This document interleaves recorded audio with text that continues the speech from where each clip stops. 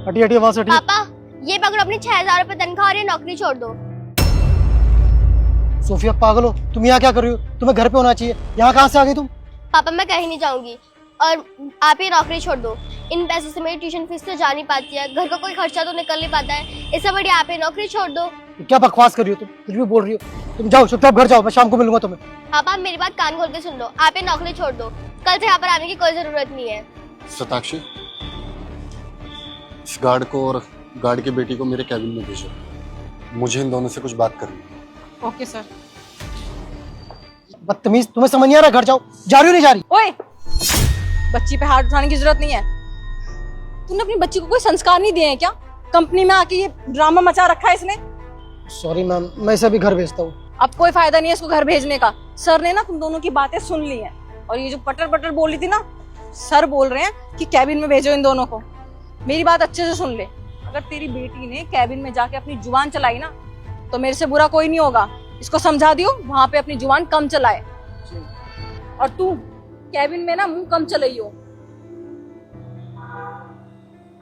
कहा था ना चुप रहना, खुद भी डांट पड़ेगी, मुझे भी डांट पड़वाएगी। सर मैंने गार्ड और उसकी बेटी को बुला दिया है, मैं चलती हूँ। 1 मिनट सताक्षी, अभी मुझे तुमसे और भी काम है। अंदर आना।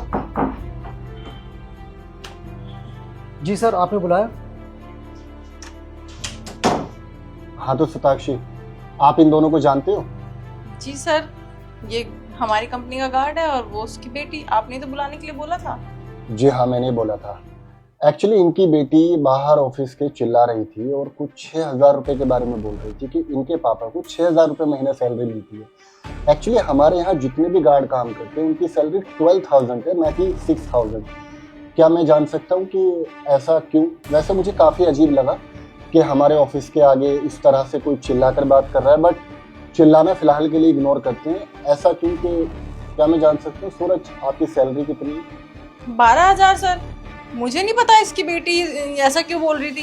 क्या पता सर, इसने अपने घर में कम सैलरी दी हो और बोला हो कि 6,000 सैलरी है, इसलिए इसकी बेटी को पता ना हो। मैं तो इसको 12,000 ही देती हूँ। सर आप तो जानते हैं ना इन लोगों का पीना खाना, 6,000 अलग रखता होगा अपने लिए, और क्या। अच्छा, तो आप ये बोलना चाहते हो कि आप इनको 12,000 की सैलरी प्रोवाइड कराते हो, राइट? बेटा क्या ऐसा ही है? आपके घर पे 12,000 रुपये महीना सैलरी पहुंच रही है और आप 6,000 क्यों बोल रहे थे? सर पापा तो घर पे सिर्फ 6,000 रुपए सैलरी लाते हैं, उनसे हमारा ढंग से गुजारा भी नहीं हो पाता है। चुप करो तुम। सर ये बच्ची है, इसकी बात पे ध्यान मत दीजिए। मैडम बिल्कुल सही कह रही है, मुझे पूरी तनख्वाह मिलती है 12,000 रुपये। देखा सर, देखा, मैं तो इन्हें 12,000 ही देती हूँ। पापा आपने हमसे झूठ क्यों बोला? जब आपको 12,000 रुपये सैलरी मिलती है तो आप घर पर 6,000 रुपये क्यों लेकर आते हो? आपको पता है ना हमारा गुजारा कितनी मुश्किल से होता है। सर मेरी ट्यूशन फीस भी ढंग से नहीं जा पाती है, मैं स्कूल में भी कैसे कैसे पढ़ती हूँ, घर का राशन तक नहीं ढंग से आ पाता है।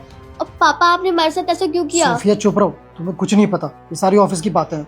घर चलो, मैं सब समझा दूंगा, अभी चुप रहो। सर इसकी बात पे आप ध्यान मत दीजिए, मैडम सही कह रही है। लेकिन मुझे पता तो करना पड़ेगा ना, क्योंकि 6,000 रुपये इन गरीबों के लिए बहुत बड़ा अमाउंट होता है और हर महीने 6,000 रुपये कम ये घर लेकर जाता है, तो कुछ तो प्रॉब्लम होगी ना। एक बार मैं खुद सिस्टम में चेक कर लेता हूँ कि एक्चुअल में तुम्हें सैलरी कितनी मिल रही है और कितने महीने से।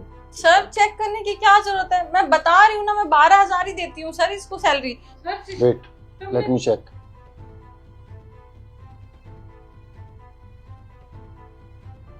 शी इज राइट, सैलरी तो आपको पर मंथ 12,000 ही जाती है और जब से आपने यहाँ पे ज्वाइन किया है तब से लेके आप तक पूरा रिकॉर्ड है 12,000 रुपये महीने ही सैलरी आपको प्रोवाइड की जा रही है।